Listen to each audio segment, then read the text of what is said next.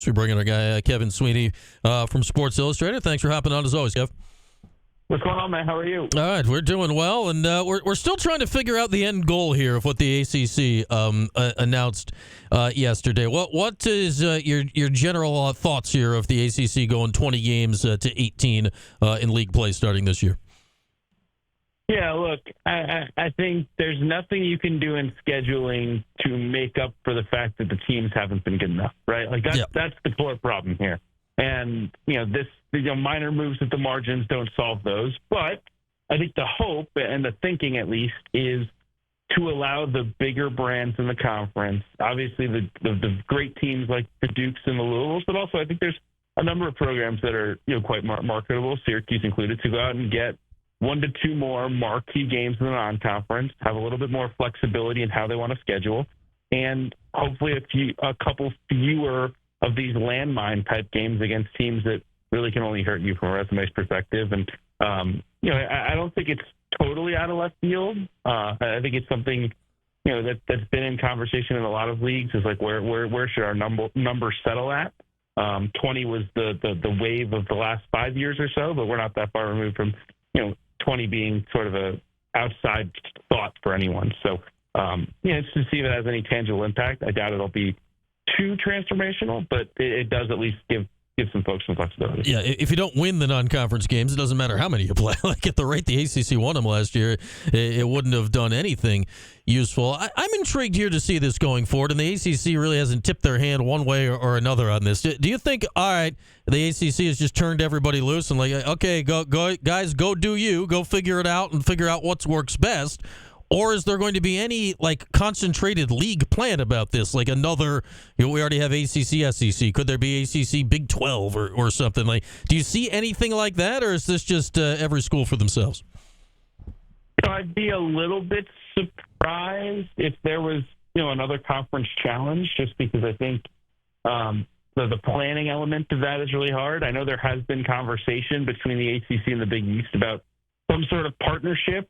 Shrinking your league game count down would help with that. Although at the same time, if you were to do that, the Big East is a 20 game league season, and they love that because they get to play a double round robin, which is so rare these days. So I don't think this was a move to set up something like that. I think it is somewhat of an every man for themselves. I think at the end of the day, what it's really trying to do is empower the best programs. If Duke can go play a home and home with UConn, the ACC doesn't want to slow Duke down from doing that, and I think that's probably the biggest thing. Yeah, the main thing that I read is weird coming out of this yesterday is like, all right, you go to 18, okay, fine, whatever. But in an 18-team league, the thing that makes sense would be to play one team twice and then everybody else once. The ACC is like, no, you can play one team twice, then we're going to give you a random other team to play twice, and then there'll be a third team that you don't play at all. What do you think they're going for here? I don't get this. I don't know what the end goal is of literally having just one random team you don't play here during the course of the season. Yeah, look, I don't think that made a whole lot of sense. I think if I had to guess, the thinking is that there's certain programs that have multiple rivals, and instead of having to pick between those or potentially never having Duke Louisville twice in a season, they didn't want to lose that, so they were willing to give away a Duke BC game or something like that year over year. But yeah, look, it feels a little stupid to have one left off. If you want to go to some sort of divisional system, I know there's been some talk of that. I even was tweeting yesterday about the potential for some sort of in-season dynamic scheduling where maybe you wouldn't play multiple teams a year. I could see that. Having one random team you don't get to play out of 18 just feels quite bizarre. I kind of liked your dynamic scheduling idea, Kevin, because you talk about all of this. It's just kind of shuffling chairs around a little bit. Your idea, and it would, you'd have to flesh it out a little bit, and there'd be a lot of logistics and whatnot. But that would actually be something, right? If you could look at your teams and then rearrange who they're playing late in the season, you could actually take a little control over getting your team some more important games down the stretch. Do you think anybody would ever consider that due to the logistics involved with something like it? Look, I think everything's on the table because everyone's obsessed now with generating more revenue. And the easiest ways to generate more revenue are, number one, make the NCAA tournament, and number two, play high leverage games in February and March which TV wants, right? So if there was something that could be done financially to make it worth everyone's while, I think it's totally a possibility.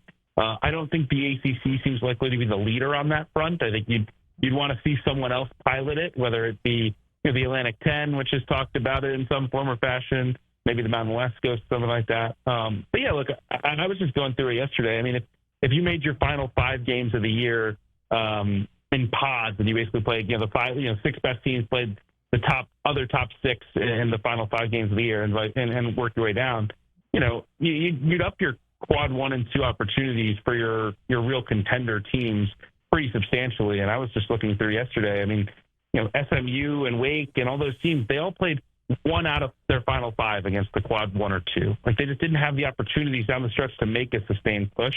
I think something like dynamic scheduling would give you an opportunity to allow those teams to at least make their own bed, right? Like, maybe Wake isn't good enough, maybe SMU isn't good enough, but at least put them on the floor with Duke and Clemson and Louisville as many times as you can, and see if they can go get those wins and earn their way to the field. Yeah, at least the bubble teams, right, would get to play each other in that scenario to help sort it out, which, in this massive league, most are going to play the other team once, so why not give them a shot here? As we got Kevin Sweeney from Sports Illustrated talking college hoops here, and I think the real crux of it here is you mentioned revenue, and obviously we talked earlier this week on the football side of things, Notre Dame and Clemson having this now separate scheduling agreement, which is very specifically a revenue-driven thing. I'm like, all right, I like it or not, that at least makes sense. I understand where they're coming from on that.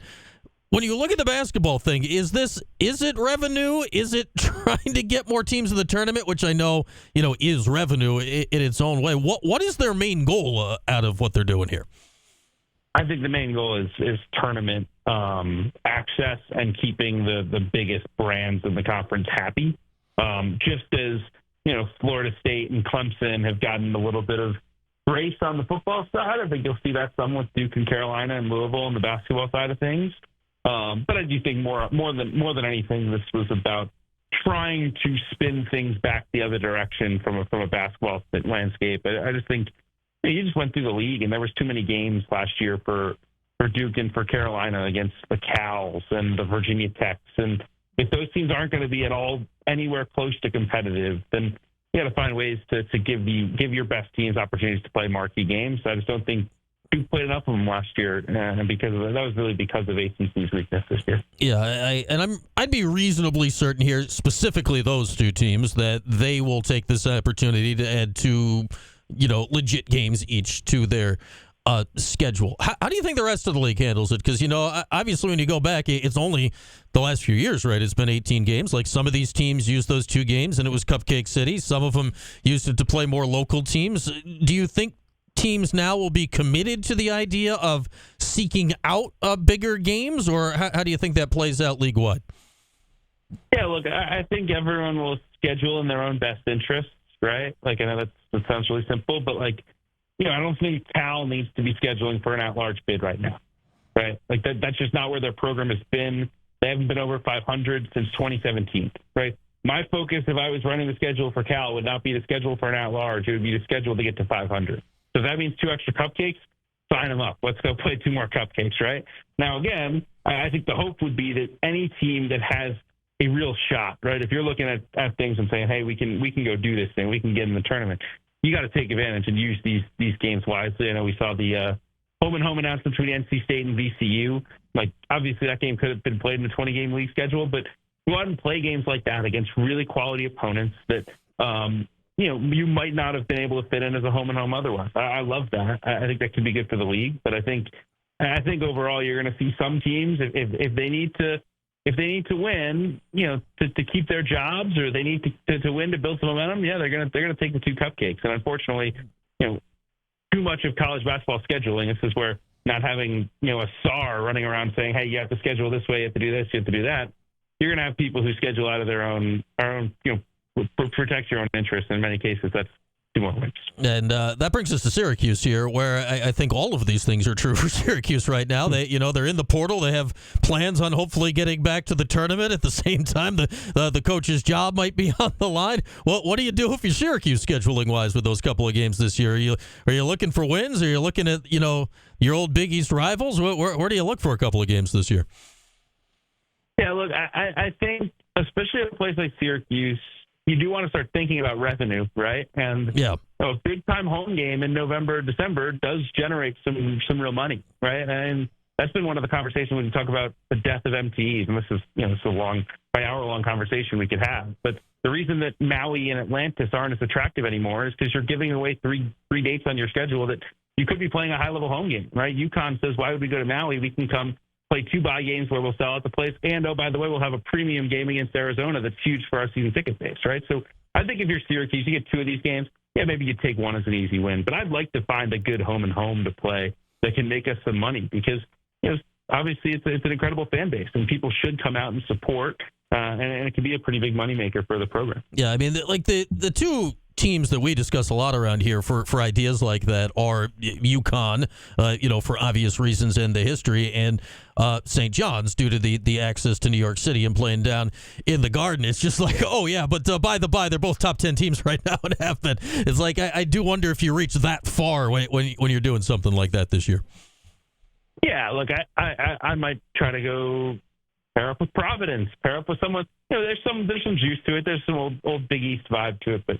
Yeah, I don't know if this year is the time to sign up to play Patino and the boys. Yeah, maybe Nova this year. They just got the Pope, so I mean that could be a big time a matchup for things. We got Kevin Sweeney with us talking basketball, college basketball from Sports Illustrated. Any thoughts on how Syracuse has hit this offseason? They're very active in the portal, very decisive. It feels like in their moves. Do you like what they've done here in this offseason? I think you feel pretty good about it overall. It's probably gone as well as you could have hoped in terms of keeping the guys you really wanted to keep at the top of your roster with Starling and Freeman, but then also going out and loading up. I think Nate George was a phenomenal get, a guy that I think has a really bright future and already has the pedigree of being one of the best point guards in the league. And I think their guard play has a chance to be really good. You worry a little bit more about their front court, maybe their traditional center spot, not quite where you'd want it to be, but they should have the pieces to at least get back to that top half, hopefully top third of the ACC, and that gets you at least in the NCAA tournament conversation. And if you're not there, I think it's pretty easy to tell where the direction of the program is. Yes, that seems to be the general consensus around here. As John Wildhack talked, whenever it was, a couple months ago, about the idea of important games in the month of March. You know what I found interesting, Kev, as we wrap up here, about watching how Syracuse did the portal this year. We spent a lot of time this year talking about, okay, what does a GM do? What's the importance of that? And Syracuse added Alex Klein this year. Me watching Syracuse go through the portal, it just felt a lot more organized and a lot more decisive than what we saw in the pre-GM landscape. Is that a correct assessment, do you think? And I'm thinking more nationwide. Is that what you've seen now that more schools add these positions, that the portal felt, I mean, there's a ton of people in it. It just felt a little less chaotic to me this year than it had in years past, despite the crazy volume that was in it. Yeah, I think it's faster without question. I think it's essential now that you can, in the span of a couple days, go from a guy not even being in the portal to potentially being close to getting a commitment. And part of that's the money involved. Part of that is that you have people on both sides now, agents on the player side, and then a GM potentially on the school side that are working on this 24/7, 365, right? So not only is there an evaluation that's taking place, right? I think Alex Klein had probably watched a lot of these guys that wound up in the portal before they were in it, but also the communication with the agents and say, hey, this is a good situation if we decide to go move, right? And so I think, without question, it's something that has to happen a lot quicker. There's not a lot of time to spend 2 or 3 weeks doing a protracted recruitment with multiple visits. That just doesn't happen anymore. And so you got to be ready once the kid's ready to go in. And I thought Syracuse was a lot more prepared for it. I think a lot of people were. The market was crazy. The money exploded in ways I don't think a lot of people expected. And, a GM doesn't solve all your problems, I always say. But I think you need people thinking about roster building and personnel. every second of every day if you're going to be successful in this landscape, and Syracuse has a guy like that now. Yeah, because the coaches kind of have to worry about the basketball part of things during the season at some point. So having somebody that gets to focus elsewhere seems to be, I don't want to say the way of the future, it's the way of the present right now for sure. All right, Kev, always great to chat. Appreciate the time today. We'll catch up again soon. Thanks, sir. We'll talk. All right, there he is. Our guy Kevin Sweeney. Check him out. Sports Illustrated, college basketball, and to Kev's point, college basketball, like all these sports, they used to have a break. There used to be an off season at some point.